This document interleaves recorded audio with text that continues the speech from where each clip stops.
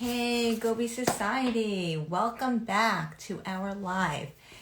Today is actually my third live in Gobi Society by myself, and it's different than the other two because my call to action the last time was just come and listen and I'm going to talk. But we're a society, and as a society, what you guys have been doing, which has been amazing, is that you are giving me feedback. You are telling me what you would like for me to talk about. You're giving me really great opportunity to be able to speak directly to you. And in doing that, there's something really important that I want to start with. And that is that we are a society where there is no shame and there is no guilt.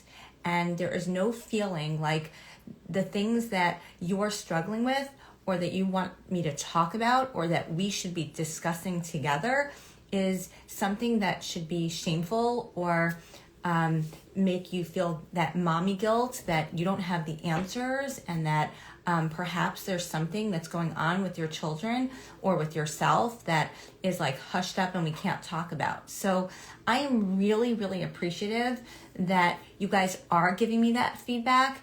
And that is why tonight was supposed to be about, our teens and our children and helping them to make friends. But I want to start off, and of course I want to incorporate that. But so many of you have been giving me a different kind of feedback. The kind of feedback of, what about me as a mom, as a person? I'm struggling with how do I make friends and how do I kind of navigate this corona social experience that perhaps I'm struggling with and why I'm struggling and why I think I'm struggling with it. And I have ABCD'd it so that we can really address that together. And so tonight is a little bit more supportive of mommy or mommy and daddy, as opposed to just children. And the metaphor that I always use, or this image, is first put on when you're on a plane. First, put the mask on and start to breathe in. And then, and only then, once the oxygen is flowing into your lungs, can you give it to your child.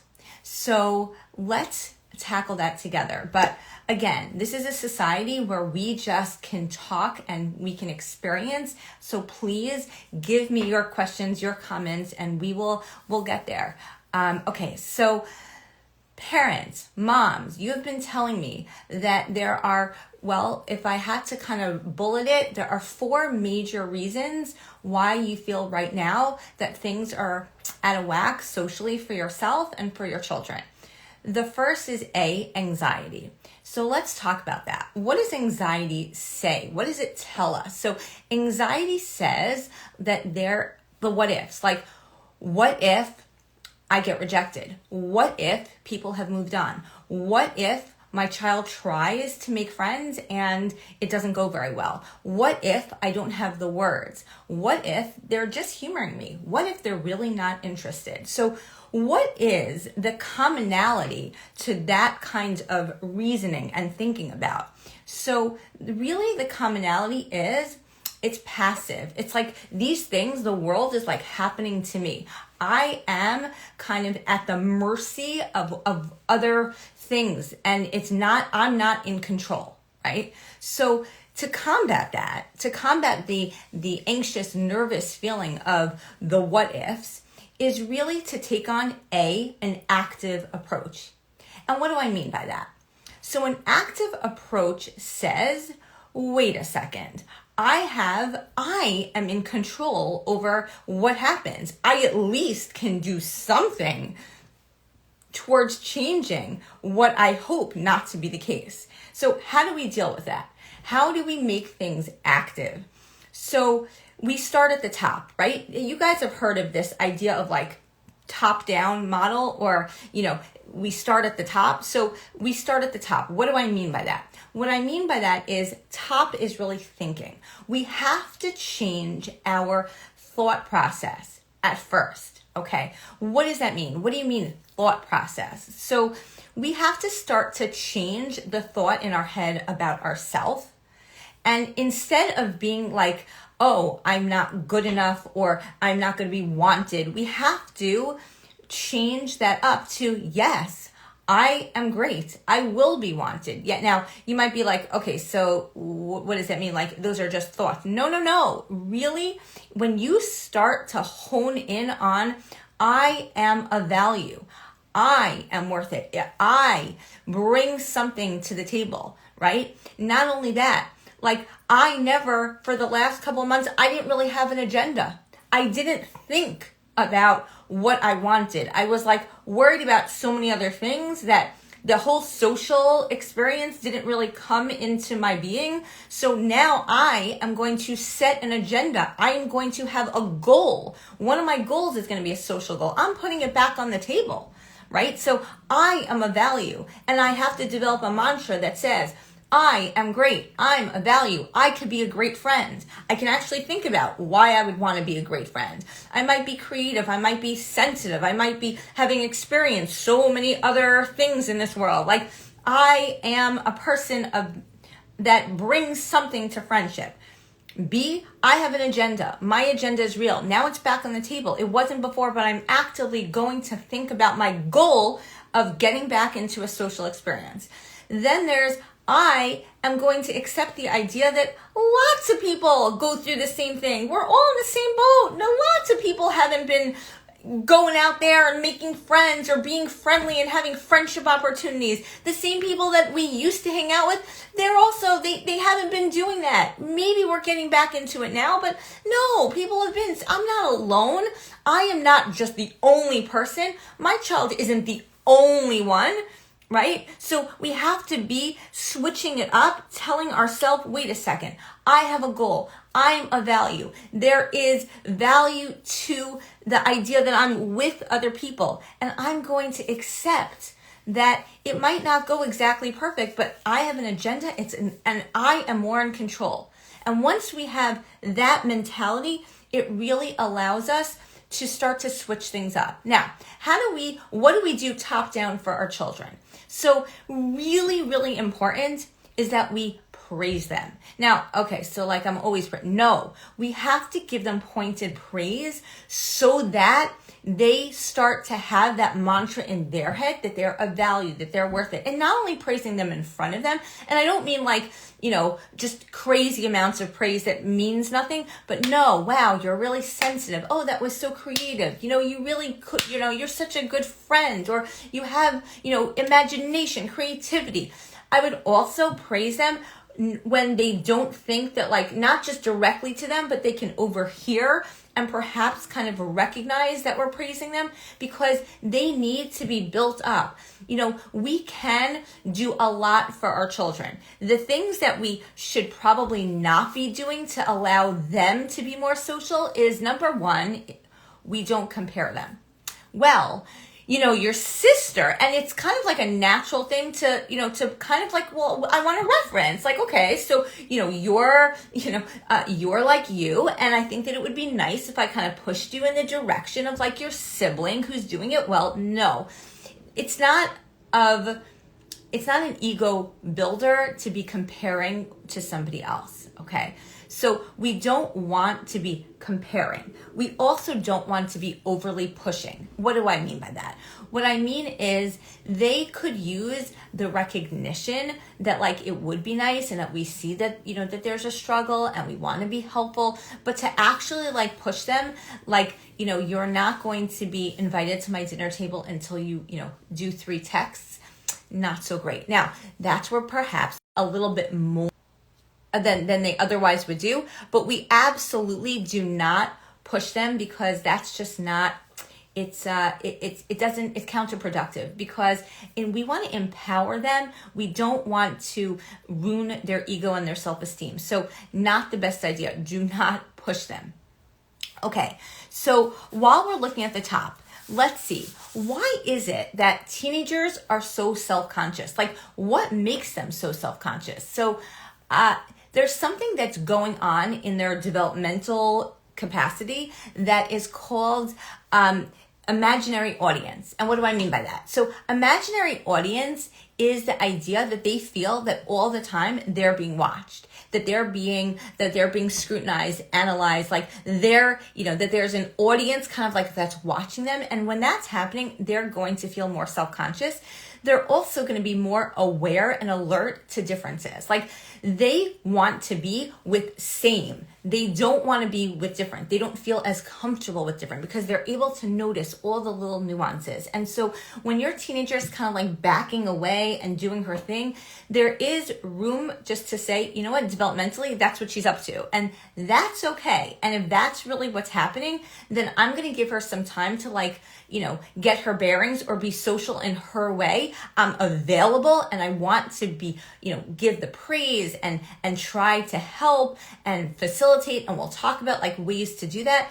But the truth is like she is going through a developmental level that is appropriate for her. And so we kind of don't want to stifle or bother that. But by the same token, we want to be supportive. So when we're developing for ourselves a mantra or an idea of like this, this thought process that is helpful to our self and our socialization, we also, just as an aside or like, in parallel to that, what we could do for our children is we can support them in developing their own mantra so they feel good about themselves and understanding where they're coming from, understanding like what they're up to developmentally. So that really allows for us to be there for them in the way that we can. So that really is the way that we could start by being active, right? So that combats perhaps the anxiety. The second thing that people had mentioned to me is that bills. So what does that mean? It's like I'm thinking about money, I'm thinking about other issues, like I have important stuff going on. So why in the world that's why I don't have time and I don't have the opportunity to to be friends with people. And towards that end, I combat that whole methodology of, I have so many important things with the idea of B is for balance. What do I mean by that? You feel it as a mom when your child is like overly involved in one thing to the exclusion of everything else. Even if it is completely, productive, like academics, but even when they are so driven and motivated and working so hard in their schoolwork, as a mom that doesn't feel exactly right, and maybe that's too intense, and maybe that just doesn't really hit the mark, and that could be worrisome and that could be troublesome. There is definitely this element of balance that you feel like mommy intuition isn't right. So let's take that in your own life. Yes, I understand that there are bills to pay and there are things that are going on. And I empathize and I totally understand. And as a mom, a working mom, with a lot of other obligations and responsibilities, I really do hear what it's like when you have important things on the brain.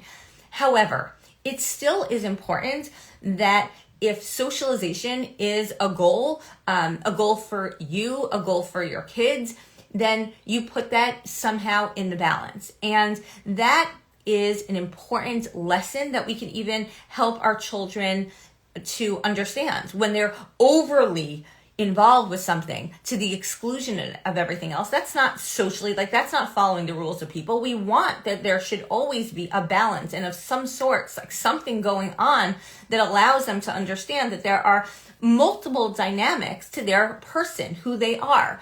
I'm a mom. I'm a psychologist. I am, I'm a family member. I'm a sister. I'm a, I have a lot of different roles. And if I exclusively go to one, then it's to the disadvantage of all the other ones. And that doesn't make much sense. So I do believe that while bills are important, we kind of have to understand that we have to find some sort of balance, and we have to think about what that means.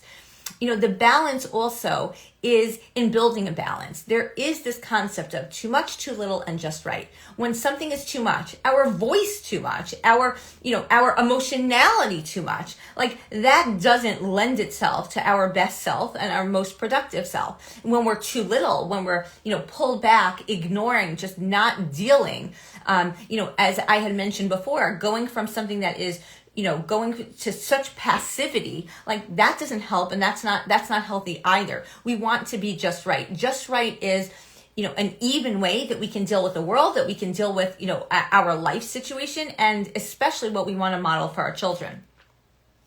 Along those lines, there's another kind of balance, and that's a balance of just being present and in the moment. Oftentimes, like if we're so, bills focused, right? Or we're so focused on future and responsibility, what we're not allowing, yeah, exactly what you say, Miriam, no extreme is good. It's true, right? So, understanding that really, when it comes to, our experience, just right now, here in the moment, there's a much healthier way that we can be friendly and really like put ourselves in the best mind frame is when we have this level of mindfulness of like, I'm enjoying the moment as it is. Right? If we're always into the future, or we're always kind of focused on like what has happened, and we're not just enjoying the moment, then when we actually are trying to be friends with anybody, we're not going to like really give the best of ourselves, and the experience kind of goes woohoo, way over us, right? So mindfulness, just enjoying the moment, is a really healthy balance as well. It's kind of like, I'm not going to go into a time machine into the future with all the worries, which is where anxiety and all the what ifs come in. And I'm not going to focus on like all the things that have happened in the past, because that's going to also perhaps weigh me down and make me think about a lot more than I actually need to or should be thinking about. But rather, I'm just going to enjoy this moment. And when we jump ahead to when we ourselves or our children are kind of getting together in a social experience, then one of the things that really makes us be that good friend is just to enjoy and to be in the moment. Now, is it possible to be too in the moment? Yeah, of course it is. Again, that's, thank you, Chaya. I think that's a really great question. Of course there is. Everything kind of has this balance. And so how do we, if we're too in the moment, then that means that we're kind of, yes, we're relinquishing all responsibility. I guess it also is like, how long is your moment, right? So if you're, making the priority to get together with friends, but you've decided to do that like for an extended period of time, or, then that would not allow you to, be responsible for all those following moments where, you kind of are required to kind of come on back. You know what I mean? So I do believe you could be too in the moment, but enjoying just that sensory experience, like taking it in, enjoying, smiling, smelling, breathing, Corona did take away, unfortunately for many people, it took away like our sense of smell and our sense of taste. And those are two senses. And I think, again, it's kind of like it just took away our moment. It took away like our capability to just enjoy what we're having when we're having it. And, there's that balance too of how serious versus like how fun, and each one of us has what's easier and what's harder, right? To some of us, it's like, it's so much easier to be serious, to stick to the rules, to kind of like just, follow and like, like we were just saying, be all about the bills, and just that level of regulation is just so much easier. And to other people, it's like, no, like be in that moment. Like, yeah, I'm enjoying. It's so much fun. And I, I'm just a happier and, a freer spirit, and putting me into a box is harder. So I guess, it's kind of like, we have to know for yourself, where you naturally are inclined to fall, and then balance it out, because truly, like, that's where you can be your best self. That's where you can help your children be their best self. And I think that that's where socially you can kind of find a better capability to connect. Okay, so that's really about the be and the balance, right? Instead of the bills. The next is comfort zone. So many of you were saying that like, it's just so hard to go outside of my comfort zone, and it's so hard to get my children out of their comfort zone. So I guess the first point is really to understand like, what is your comfort zone, right? To know for yourself. So where am I most comfortable? Like, am I okay, or is my child okay to be texting? Is my child okay to be having that conversation? Is my child okay to, receive information, or like to start up the conversation? Is my child, or am I better one-on-one? Am I better with, many people? Where is my comfort zone? And I think that like the level of comfort is important, right? So that we can then figure. And what's the next stage to that? Well, it's called skill and drill. Okay, so once I know where I'm up to and how comfortable or not comfortable, like where I fall, then it's really about practicing. Honestly, practicing either with yourself, in front of the mirror. There's nothing wrong with preparation. Preparation is good. Preparation shows that you are responsible, that you care about, what's going on, and you want to make, a good lasting impression. So it really is fine. Now, it's also fine. It's actually better than fine to be able to practice with your child situations. Now, it really is about, again, what your child is comfortable with. Like, you can't force your child to like talk it out with you, but you certainly can, either model for them by saying, like, I've got this going on. Can I just talk this over with you? Can I just let you, can I just experience a couple, like, can you pretend to be and I'll pretend to be, right? I think that is one way. The next is, and this is something that I practice oftentimes with parents. So yes, there is the first level of just like practicing and role playing, but some kids don't want to do that. What about allowing them to find their voice in really like very natural experiences? And what do I mean by that? So allowing them, when you order for your child at a restaurant, and I know like who goes to a restaurant now thanks to COVID, but let's just say you do, if you order for them, then really you're taking away their opportunity to have a voice. If you allow them to order, if you're in a store and they pay, if they answer the home phone, and again, who has a home phone, but let's say you did have a home phone, these are natural ways to allow them to find their voice.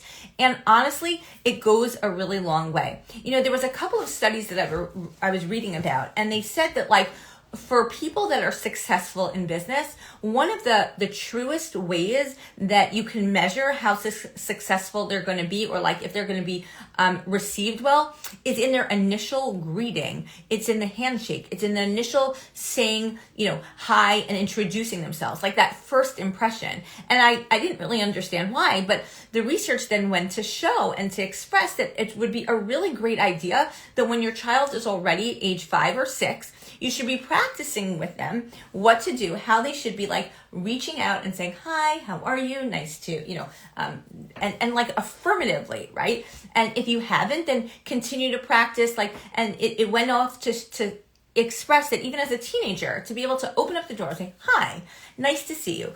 How are you doing? Or welcome in, but say it in an affirmative, like a strong way, really goes a very long way. Why? Because that gives them their voice. And when we allow them to have their voice, then that by itself is practicing. It's moving them along in their level of comfort. Okay. And then there's zone. So what is the zone, right? So when you're deciding like if you're going to be comfortable and social, it's really good to think about what you're most comfortable, like where are you most comfortable, right? Like, are you most comfortable? Are you going to be your easiest, most comfortable self when you're shopping? Right? So, and I know some people are not comfortable going shopping, but I was discussing with people that there are still ways that you can go shopping with your friends if that's how you identified and like that's how it was nice for you. It's called going online while you're with your friends. Everyone's on their own computer in their own home, but like just being able just to talk it out and and be with each other while you're surfing the web or going on certain sites. And people have been doing this in either in multiple groups or individually, like just with 1 or 2 people. And it allows them to feel like, okay, that's my comfort zone. I'm a great shopper. And that's what I used to do with my friends. So I want to do that again. Okay. Are you more like into exercise? Do you think that that's where you feel most comfortable? So there are boot camps and, things of that nature, both online and offline. Like, there are opportunities, but it really is about where's your zone? Like, are you better lunching? So, then you go lunch. Like, and similarly with your children, not everybody is a great talker. So perhaps it could be more activity based than talking, because that allows them to feel like they're in their zone. And an activity for a not such a great talker is great, because then you could just do the activity. And activities are purposeful and they're time limited. And for someone who's feeling like not in the zone, then that is an easier way than just like, thinking about like, okay, so I'm going to be getting together and then what do I do, right?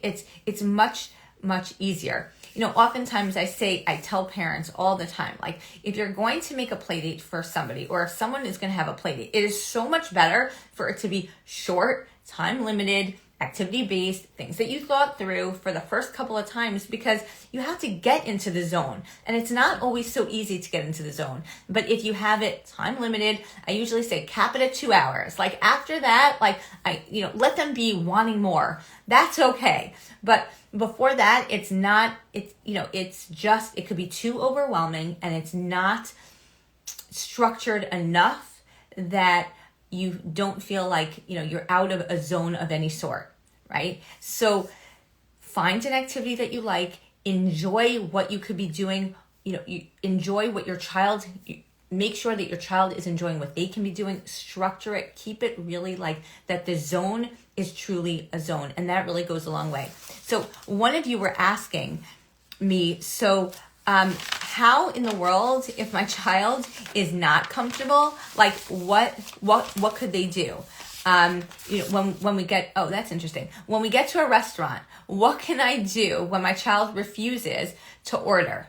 Okay. So first is, we don't want to torture a child, right? So let's say, the waiter comes over. So the first thing that I'm suggesting is just don't jump right in there and just order for them, right? Like, maybe the natural way that oftentimes work is if the waiter's like, okay, so what do you want?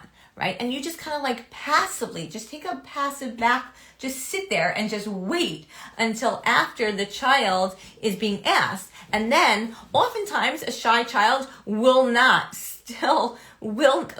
ignore the waiter, but might look at you and then look at the waiter. And then if you, again, just don't jump in, just give it a second, the child may, or even a teenager may mumble something, at which point you could be the interpreter, right? Or still let it go. And, or the child will look like really uncomfortable. And then you could say something, so wait, was it this or this that you wanted? And then again, trying to give some level of choice. We just want that the child, the teenager, the adult, whoever it is, just to have some level of expressive voice. And so, if we don't jump in, then oftentimes naturally it might happen. If it doesn't, then we could accept that whatever it is that we get from it is good enough. And how do we do that? By either giving them a choice or trying to, be the interpreter. And if they really feel uncomfortable, then of course, then go in. We don't want anyone to feel uncomfortable. But after the fact, we can praise them and we can say, you know what, like, I'm really proud of you. The waiter spoke directly to you and you listened to what the waiter had to say, great. Always leave it in something positive, because, and you will hear this from me probably every single time, positivity connects. And so if you leave somebody with a good feeling that they did at least something right, then that leaves them with a message that then they could then go on into the world and perhaps, next time around, make it a little bit easier, and it'll go a little bit easier, and they'll try a little bit harder. But when you already kind of cut them off at the knees, there's no room for growth, and it's not going to happen. So, so that is where positivity kind of comes in, where your comfort zone kind of comes in, and that really to combat the comfort zone. Well, thank you, Miriam. I like that. Positivity connects. Cute. Thank you. So the next stage is delegation. So many of you had mentioned that, you know what, I just don't have the time. I can't, there's no opportunity for me. I'm just really busy. And when we think about that, what does that really mean? You know, yes, you do have a lot of responsibilities. We all have a lot of responsibilities. But, you know, part of that is when it matters to be able to delegate. And why are you not delegating? Why is everything on your shoulders? And the only reason that I say that is because if it was something that you could take off your shoulders, then perhaps you'd have more time to be able to socialize. So I think we have to understand who in our lives can take on some level of responsibility. And you know, and we think about that, and we have to kind of look at that a little bit and think, well, I know in my life for sure, I definitely try to take on as much as possible. Of course, I have multiple roles as a mom, as a professional. You know, I am a very, very much hands-on mom. And as that, you know, there are times where people have asked me, like, okay, so why are you doing that with your child? Like homework, for example, like, you know, don't you have a homework helper or someone else or a tutor, or shouldn't they, you know, can't they just do it by themselves? And I think that it is important to recognize that sometimes they can and sometimes they can't.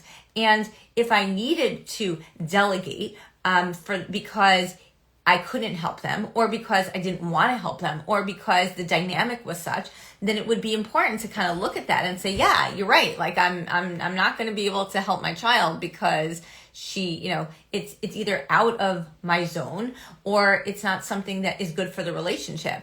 And, you know, there are plenty of opportunities that we have in all of the responsibilities that we have, perhaps, to make room for socializing if it's important, right? So I think that, you know, the level of importance really then plays a role to then, like, who takes on the responsibility. You know, I know that there are some people who once a week they hire a babysitter and they go out, and it is, you know, and that's just part of, even if it's for a drive, even if it's for, like, that's just part of their lifestyle. So if they were to stop doing that, right, because they weren't, you know, they didn't want to give over for, you know, for good reason to a babysitter in today's day and age, okay, but there would be perhaps other ways to be able to consider that they could still do what they find to be of importance. We have to be able to think about,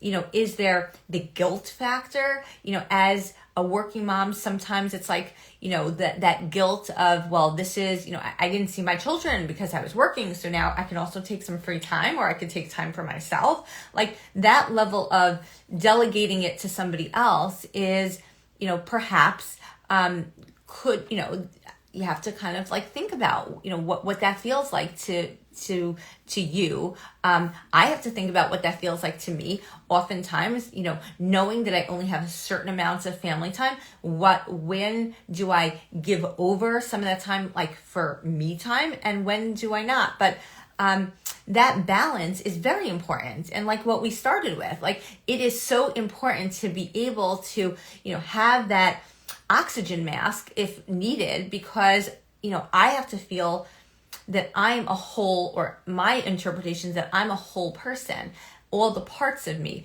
And if I'm a whole person with all the parts of me, then I can then, with all those parts being filled, do my best job in all of my roles. And so if friendship is going to help and fill me up, then it's important that then I do try to delegate just as much as I would have to delegate for any of the other things that I think that are really important. And, you know, I think that there is definitely, you know, from the feedback that I got, like this guilt about, you know, taking the time for oneself as opposed to delegating for all these other responsibilities. And I don't think that that is helpful, because like I said, I think that the more that we fill ourselves up and we balance, and the balance is, you know, like we had mentioned before, it doesn't have to be for hours and hours at end. It could be short, time limited, on the calendar. I'm of the belief that when you call something something, it really matters. And what does that mean? So when you just give over a sweater to somebody, it's like, here's a sweater. But when it's like, oh, I have a gift for you, and this gift, and you call it a gift, all of a sudden it takes on a whole nother life. It's funny. Sometimes, like if I've gone shopping, I'll put those things on my children's beds, and I'll be like, oh, and like, oh, lo and behold, look, there's something nice on my bed. But if it's like, oh, I got you something and I brought it in, it's on the bed for you, and like I really called it something, then all of a sudden it seems like it really makes then it is more significant and important.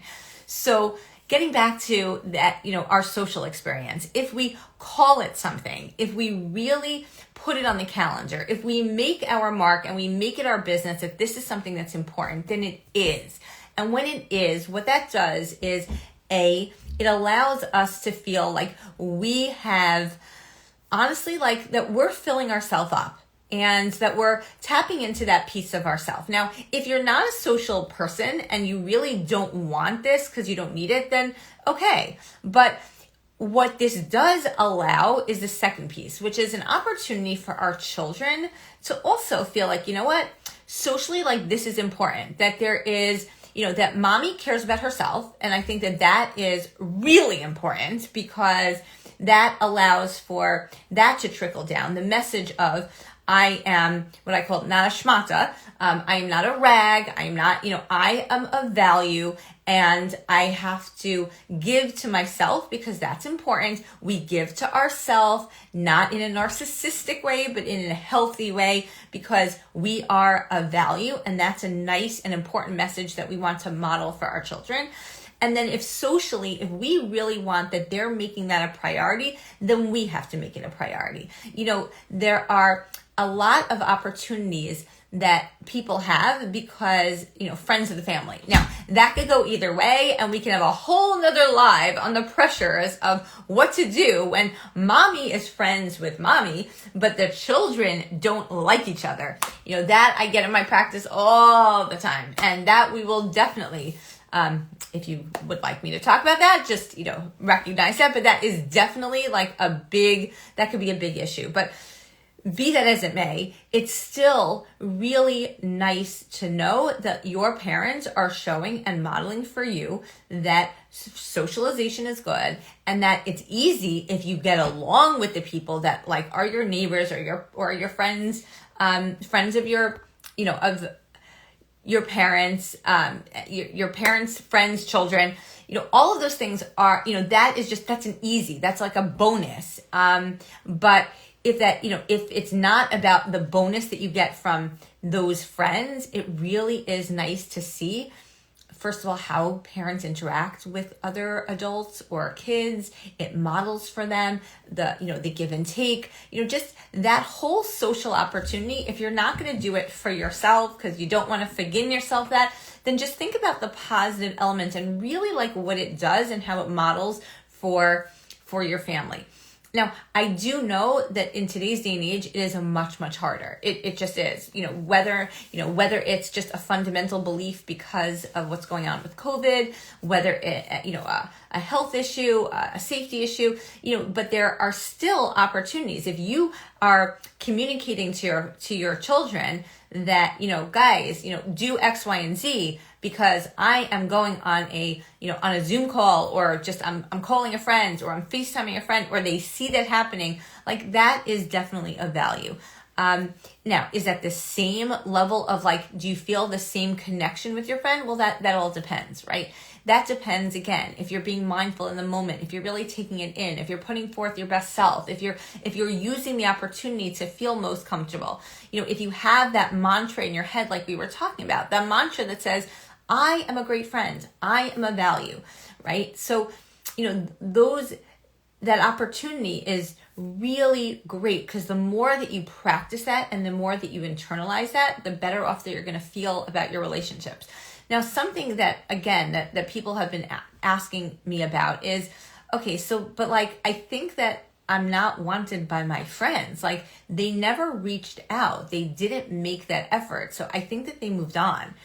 And I guess, again, it goes back to the top-down model. It's that model of, okay, you can have that idea in your head, and whether or not that's true, honestly, is a subjective kind of experience, which means the same level of energy and proof that it takes to believe that would be the exact same one that it takes to believe the flip side, which is they've been busy, they would have reached out to me, they thought the same thing about me, or you know what, they just had a lot going on, and so, they never reached out. So, oftentimes parents are like, oh my goodness, no one is calling my child on a play date, my child always makes the call. And like I have said before, that is something that parents are always telling me. So I don't know which child is actually getting the phone call, because it seems like everyone is making the phone call, right, to other parents. And so the idea really is that the top down, like to think about it and to be like, you know what, I could believe that. Or, and this is a nice or, I could say, you know what, everyone's been going through a lot of stuff. And the fact is, if I'm making the calls, that just means that, thank God, I am in the position where I could make the calls because I don't have as much going on, because I have more time and opportunity, or my child has, and I am that creative mom who is, able to have, more of an exciting thing going on in my house. So my child is able and willing and in the position to make the call. Just because you're making the call means that that's on your agenda. And what's the downside? Yes, absolutely nobody wants to feel rejected. It is a horrible feeling, but I can tell you, we've all had that horrible feeling. And you know what else is a horrible feeling? Being passive about your life, not taking that moment and just trying anyway, not putting on the agenda something that could really bring you a significant amount of a feel good, right? We want to be able to feel good. And if we know that a social experience where we're back together with friends is going to make us feel good, and we just decide that we're not going to even give it a try, then that's really hard. Now, one of the ways we could practice, yes, we could find your inner voice. We can also, there's something called family. Interesting. Just today, I paid a Shiva call to a family, and this family has a lot of relatives. But I could tell you that from walking in, I felt the level of comfort, not from the amount of a lot of really nice community members and friends that were there, but just from the family, the way that they were interacting, the way they were talking. And I don't know, again, everyone's family is different. There's a lot of family dynamics. But if, for example, you have the opportunity to hold on to family members, practice with extended family members, then, you're creating the network that you're already a part of.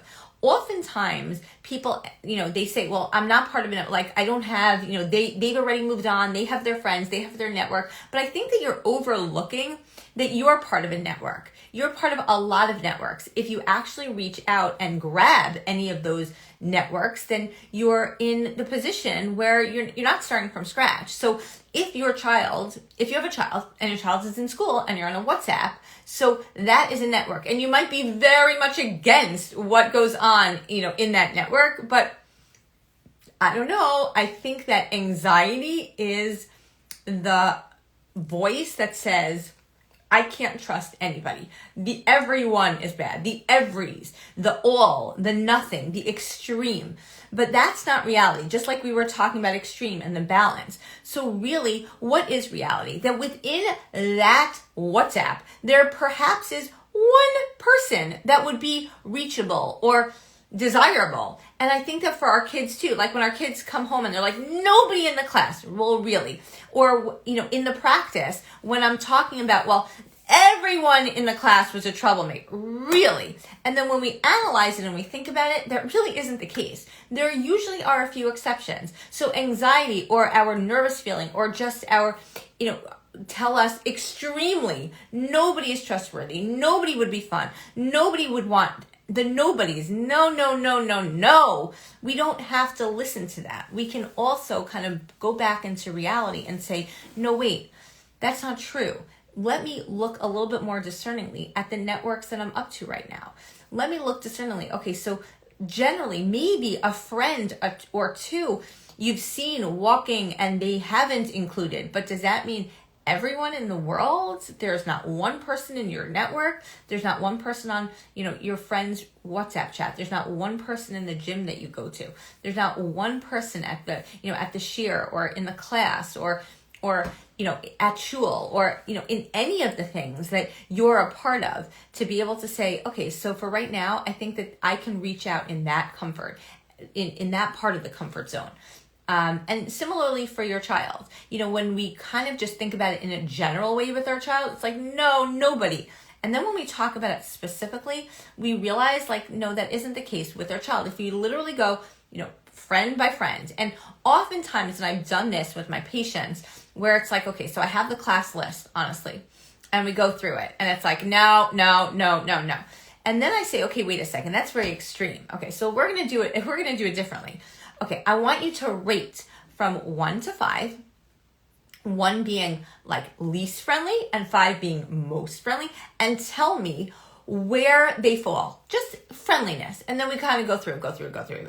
And usually there's a couple of people that get a high rating.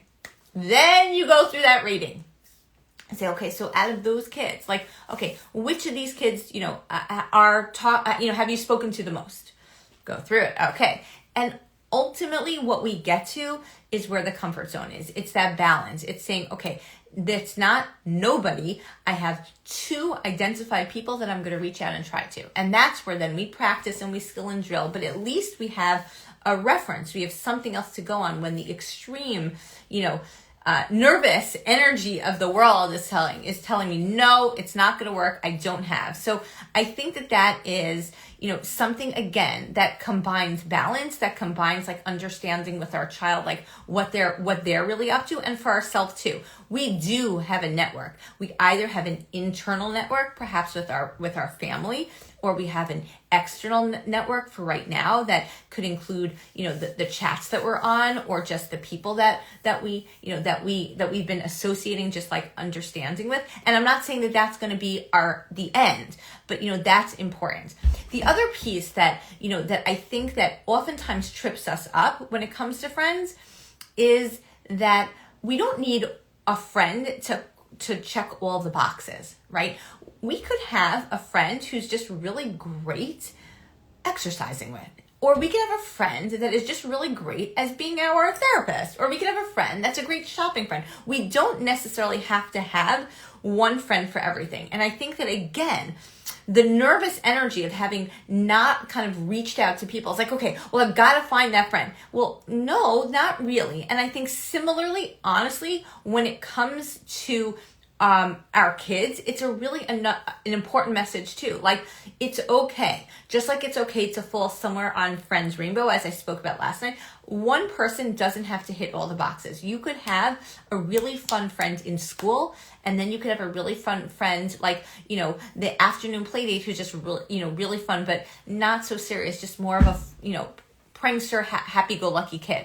And that's okay. When we take it that we have to find one person for everything, then it puts an undue amount of pressure both on ourselves to find it, and then also on the person. So it could go a little bit, more chill. And I think that the more chill, again, that we are, that balance, it allows us to connect with people in a way that is just balanced and relaxed and not full of pressure. And that is oftentimes a better way to kind of start to enter into the social zone than if it's just all about, okay, so, I need that significant other. That doesn't work for anybody.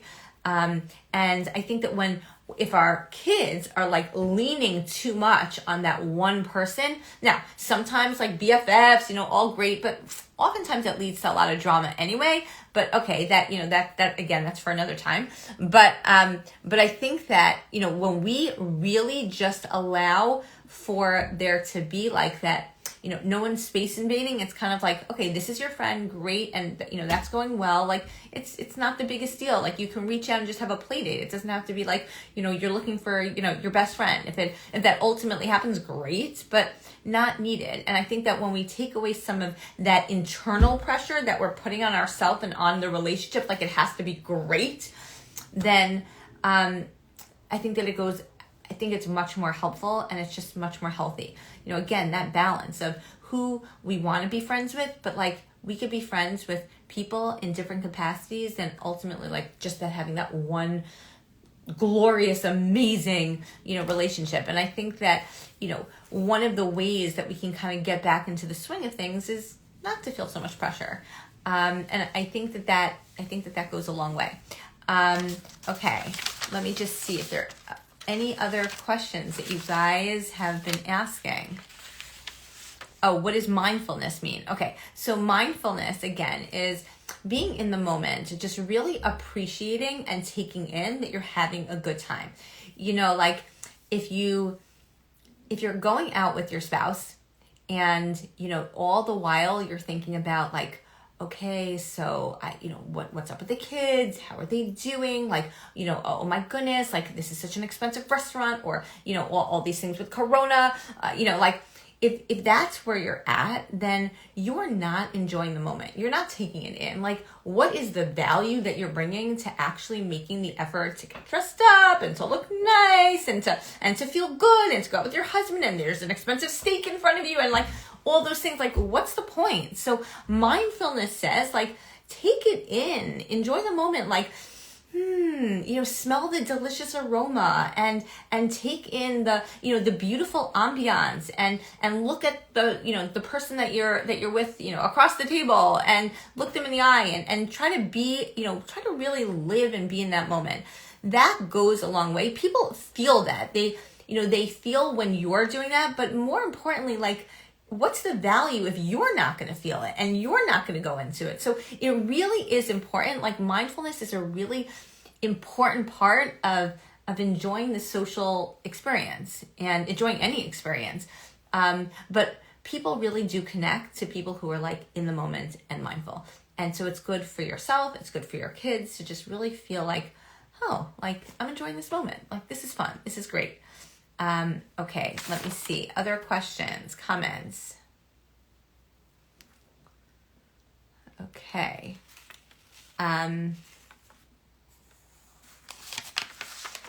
Oh, okay. So what level of pushing can I do with my child when it comes to being a teenager?